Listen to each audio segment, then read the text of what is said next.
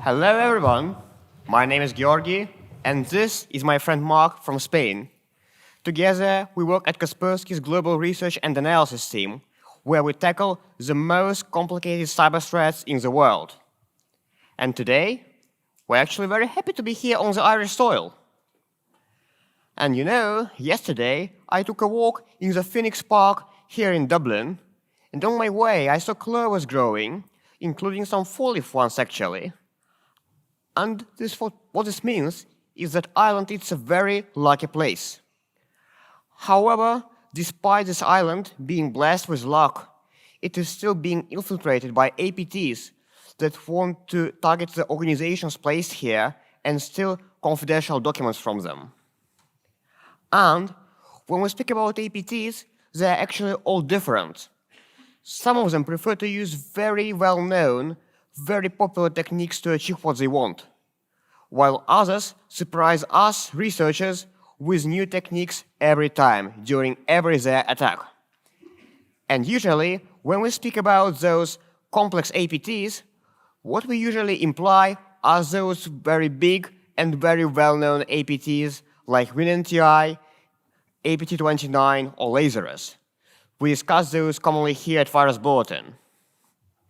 However, there are actually very small APTs. We observe their attacks very rarely, but every their attack is a masterpiece. And the mask, the APT that we're going to talk today, is one of them.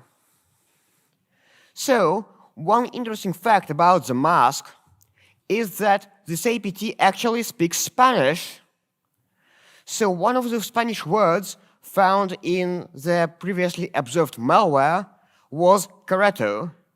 And if we try and see what the definition of this word is, well, we see something in Spanish, and I actually don't understand Spanish, so Marc, can you please tell me what this text on the screen means? Absolutely. I'll do the dirty job for you. So Careto means mask in English, and it's that kind of object that you put in your face when you have a party with friends and family and you want to cover yourself. And that's the meaning, a mask. So yeah, it's the mask. And this string, Careto, is the reason why it's called the mask. And Marc, since you know so much about Spanish, can you please actually tell us about the history of this APT? Absolutely, thank you. So let's go to deep dive a bit about the actors. So we know about Careto when we published the report in 2014, but based on our telemetry, we could spot hits about Careto in 2007. So they are there for a while. So Careto is a really sophisticated group, not as famous in name as probably one of the ones that Mr. Georgy mentioned, like Turla and other actors, but it's a really sophisticated and special group. Regarding the victimology, they are usually targeting government institutions, diplomatic entities, energy sector, and activists. Regarding where are let's say impacting, we have several regions. We are talking about Middle East, Latin America, and Europe. No worries, Ireland is not affected yet. This is a lucky country. The mask also is a special. It has a special interest for us because they were able to exploit vulnerabilities against our product, like other APT groups did in the past, like Duku. So it's a really special group for us. The group is really sophisticated, as I explained it. They are able to code like really professional malware, like custom rootkits, and also able to exploit our products. Let's go to the dive a little bit on the history of the group. So yeah, we had the last report on this thing in 2014, and since then, nobody knew the whereabouts of this actor. However, this all changed this year when we detected an attack against a victim that we couldn't identify. However, upon searching for more traces of this attack, we found out that the same malware used in 2024 was observed in an organization in Latin America. And by looking at those infections in 2024 and 2022, we actually managed to get a pretty coherent picture of what happened in the organization in Latin America. And, well, of course, every attack begins with initial access. And when we speak about initial infection, there are usually several ways you can do it. For example, you can send phishing emails, or you can try to exploit public services that face the internet.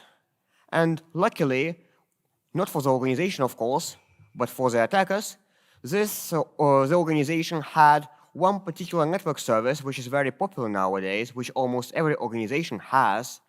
Mark, you have any ideas what kind of internet service this is? So I'm guessing it's not the landing page, and it should be the mail server. Exactly. They had a mail server, and they actually had a Windows-based email server that was running on a software called mdaemon. And this software, it has a web panel functionality that you can open in the browser, and you can authorize and access the emails online. And actually, what the threat actor did is that they somehow compromised this email server. We don't know how. Maybe it was a zero-day vulnerability. And then they implanted a backdoor inside it. So as for the backdoor, again, if we have a server, there are numerous ways how we can plant malware inside. We can just put some executable on disk and configure it to run on startups through the wrong registry key, but no, that's not what the mask does. They did something more sophisticated, and they hid their backdoor exactly inside the email server. So how this works is that mdaemon has a concept called extensions. It has a configuration file where you can set up these extensions. And for each extension, you need to specify the URL that will be used for request to this extension, as well as a name of a DLL file which will respond to these requests. For example, here, the extension with number 10 is handled by the DLL worldclient.dll. And if you look here attentively at the configuration, we see here we have entry number 3, we have entry number 5, and we have entry number 7. We actually have a gap in numbering. We don't have entry number 6 here. So what attackers did, they implanted their malicious extension into entry number 6. And as such, whenever somebody accessing the browser's URL, world client mailbox, the malware would get triggered. And in order to better understand how this works, I think there is no better way than just to try to poke around with malware a little bit. So over here, I have a virtual machine.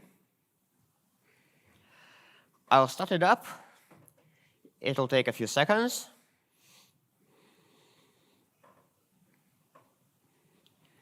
So here, the web panel of mdaemon. And over here, I have the configuration file opened, and here I have the malicious entry with the URL world client mailbox.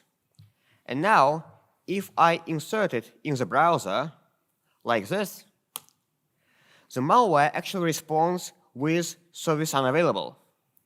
But if we not just put the link in the browser, but actually make a post request to this URL, and furthermore, if we specify here this query ID parameter, then we'll be able to execute malicious commands on the server. So here, I have query ID 02, which stands for the command execute a shell command. So here I have the command net user. I send the request, wait for it to get processed, and on the bottom of the screen here, I have a list of user accounts. Another command here, number 15, it allows to obtain directory listings. So here, the C Windows directory, I send the request, and in the response, we have a list of files in this directory. So the way how they implemented this backdoor, it's actually very sneaky, because they could have done something like classic, like connect to the C2 server every 30 minutes, get a command or so. No, they don't do this. the implant patiently waits until somebody from the external network connects to it and issues a command. So now, once they implanted this backdoor, well, they started doing things with this, and of course, they wanted to propagate further in the network. To do that, they first collected some intel from remote computers. They exported the SAM hive that contains passwords in the registry, and they as well copied some documents from the organization. And after that, they started doing something very, very fishy. They dropped several files to machines. Like here, one of the files was called hmpalert.sys, and it actually turned out to be a legitimate driver. Another file dropped was hmpalert.dll, and it was malicious. It was dropped to the system32 folder, and the driver was dropped to the drivers folder. And apart from that, they also downloaded two temporary files, a bash file and an XML file. The XML file turned out to be a scheduled task configuration. What the scheduled task was configured to do, it simply launched this bash file right here, and once the file was launched, the task would get deleted. And as for this bash file, it was doing some stuff with those HMP alert things. In particular, it added some values, again with the name HMP alert, to the registry, and also configured the sys driver to run on startup. And now, if we actually try to find out what this hmpalert.sys is, we'll find out that it's a driver of an antivirus tool called Hitman Pro Alert. And it's very strange to see it deployed by a threat actor because, well, antivirus tools are used to remove malware. Having the malware removed is one of the worst dreams of a threat actor. It's very strange. But if we actually look further, we see that this driver can inject the hmpalert.dll library into newly started processes as part of functioning of the antivirus tool.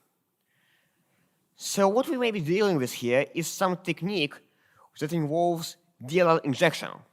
However, if we try to Google it, well, we won't find anything. So if this is some kind of technique, it must be undocumented and previously unseen. And well, in case of these techniques, again, the best option is to explore it by ourselves. So let's suspend this VM and load up another one. And let's see what we have here. We have here an hmpalert.dll library placed in the system32 folder. It's actually not the library used by the mask. It's a dummy library that, when it gets loaded into the process, it creates a file in the root of the C drive. The name of the file contains the process name as well as its process ID. Up next, we have the hmpalert.sys driver, the legitimate one, and we also have a root shell, and we'll now use it to launch the script that was dropped by the mask. Here, look, we launch it, and we see the operation completed successfully. And now, what we have to do is restart the computer and monitor for files right here in the C drive. Let's do it. And the restart will take some time, and while it's ongoing, I'm going to tell you some facts about how we worked on reverse engineering, exploring Careto in 2014. Well, we managed to sinkhole one of the command and control servers, and luckily for us, it still had many victims connecting to it. And those victims had very strange user agents, not only for Windows, but for Mac, iOS, and Linux. We haven't still seen any Linux or mobile phone versions of the mask, so if you find them, please do share it with us. We are really looking for them because we haven't seen them for a long time. So now the computer has started up, and let's look into what happens in the C drive folder. We see files created here, And our malware has been injected into very privileged processes like LSASS, SVC host, and even winlagon.exe. So now, what this means is that the Hitman Pro Alert driver, it does not actually verify the contents of the DLL that it is loading, and that makes it possible to use the driver for DLL injections into very privileged processes. However, despite this, this is not a vulnerability in the Hitman Pro Alert software, because in order to install the driver and in order to move the malicious DLL into the System32 folder, you require administrator privileges. And jumping from admin privileges to kernel is not considered to be crossing a security boundary. In case you're interested more about boundaries, you can listen to the recording of his talk that he delivered on the first day of the conference and also read his article. It tells you all about it. But this is not something at the mission on Hitman Pro's side. It's not a vulnerability. It's just how the driver works. So as for the malware itself, we saw that the DLL gets injected into multiple processes, but it actually works only in 3 processes. One of them is winlagon.exe. This component of the malware is used for running various payloads. The other one is run in dwm.exe, and it is used for screenshotting. Finally, the third component runs in svchost.exe, and it is used for communicating with the C2 infrastructure.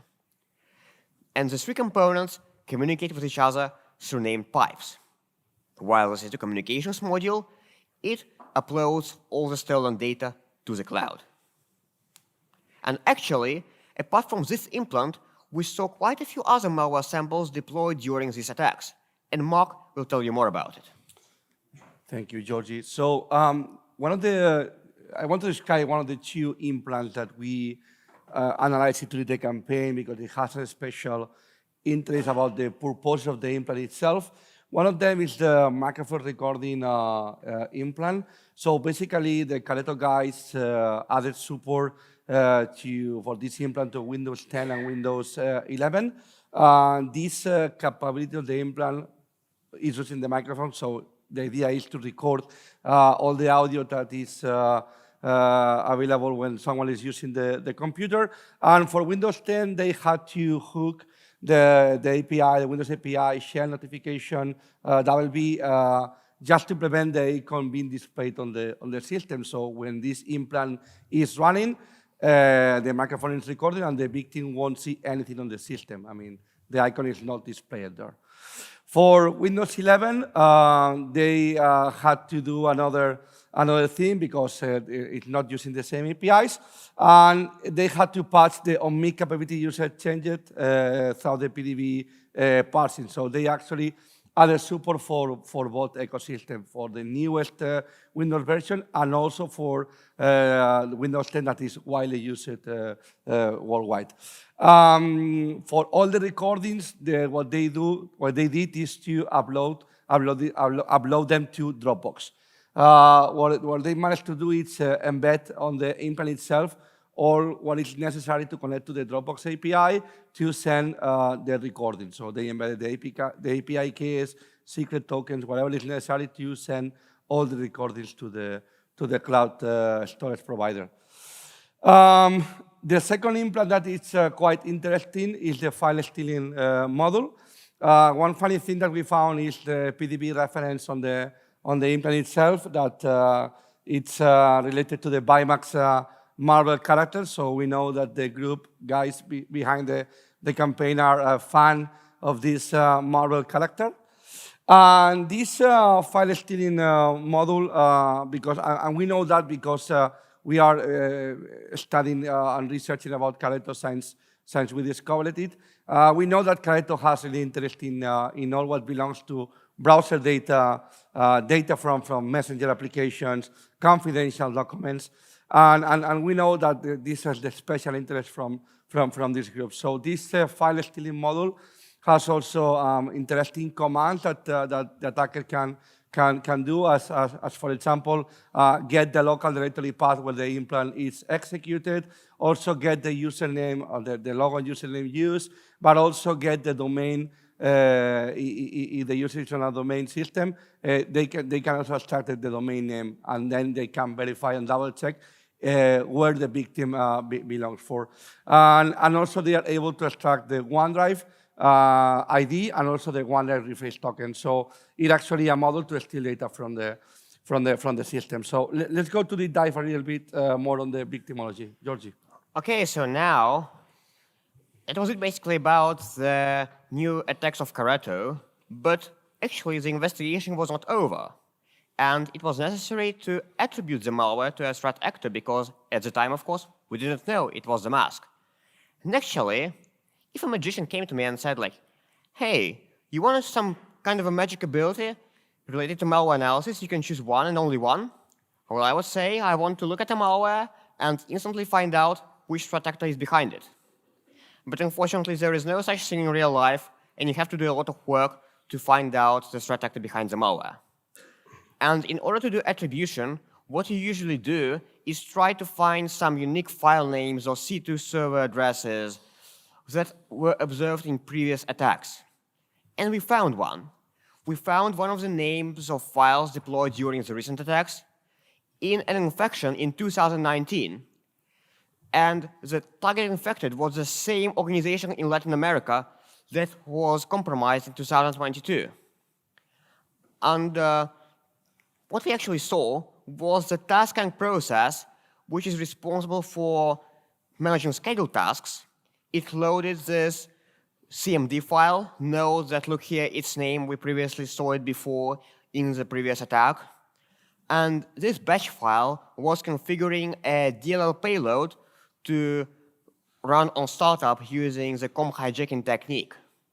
And if we actually look at the payload that was configured to be run on startup, we see that it's a modular framework consisting of multiple plugins. And the names of the plugins were consisting of 4 bytes. So anybody here can tell me what these 4 bytes can actually mean? Any volunteer? Yeah, any volunteer? Yeah, you said CRC42, CRC32, yeah. So it's basically a hash, but well, yeah, we have many types of hashes. We have CRC32, we have FMV1A, we have many others. So which hash is it? So we actually saw that the malware used a DGB hash inside it. And we saw, well, what if it's a DGB hash on some file name? And we actually used our database of DLL names to crack those hashes. And we got some very interesting results. Like we see that there is a key logging feature, some file filtering feature communications, but the functioning of this malware is not as important right now as what the cracking allowed us to do. It allowed us to tie these 3 attacks that we discussed to the mask. Marc will tell you more details. Thank you. So when we talk about attribution, it's something that we have to take care really in a serious way, right? So when we look at the data and the artifacts that we have, not only from this new campaign, but also from the campaigns that we analyzed in the past, we could spot how there were like certain similarities. So from the campaign let's go to start from the newer part. So from 2022 and 2024 and also 2019, you can see how the batch file has the same name. So they didn't change that, so same name. And that's one of the indicators that maybe the same cluster of activity is behind this campaign, right? And when we talk, when we start to see also the files used on the more ancient campaigns like 2007 and 2013, we see how the file name of the structure of the name is mostly the same, but with a different extension file use. So it's probably the same algorithm file that is creating those file names in the system. And when we take a look on the model names used for the more old campaigns, we see these model names, and for the newer ones, the ones that Mr. Georgy told that we were able to crack and extract the names. We can see how they reuse the storage module names, so they didn't change that. And also for regarding the modules like file, filter, and the config, they just added a few words, mostly significating that it's the same group behind it. So it's let's say it's like an object failure made by the Careto guys that also helped us to make the attribution. So let's go to sum up the presentation and just to recap for the important things. So Careto is one of those sophisticated groups that is under the radar for a lot of time. It's not as famous as other APT groups that we have in the industry, like Turla, APT39, APT28, but it's a really sophisticated group that is capable of be under the radar and also create really advanced and professional malware, right? They are also really smart. They were able to also use antivirus tools and turn them into a persistent mechanism. So Mr. Georgy explained it most of the time for the even cybercrime or APT campaigns, the actors want to have the antivirus security solutions out of them, right? And this group managed to turn that on their own profit. It's a group that uses different persistent mechanisms like the Windows registry or DLL sideloading. And also they decided to use Dropbox for the data exfiltration because it's probably a cloud storage provider that is allowed everywhere in the world. So we need more light on these more, let's say, undercover groups to start to look at on the activity that they do. As Mr. Georgy said, so if you find any activity, malware that affects to other architecture or other platforms, we are here to help on the analysis. And if you want to share the sample with us, we will be really happy. So it was a pleasure to be on the stage showing our latest research, and I hope you enjoy it. Thank you. Thanks.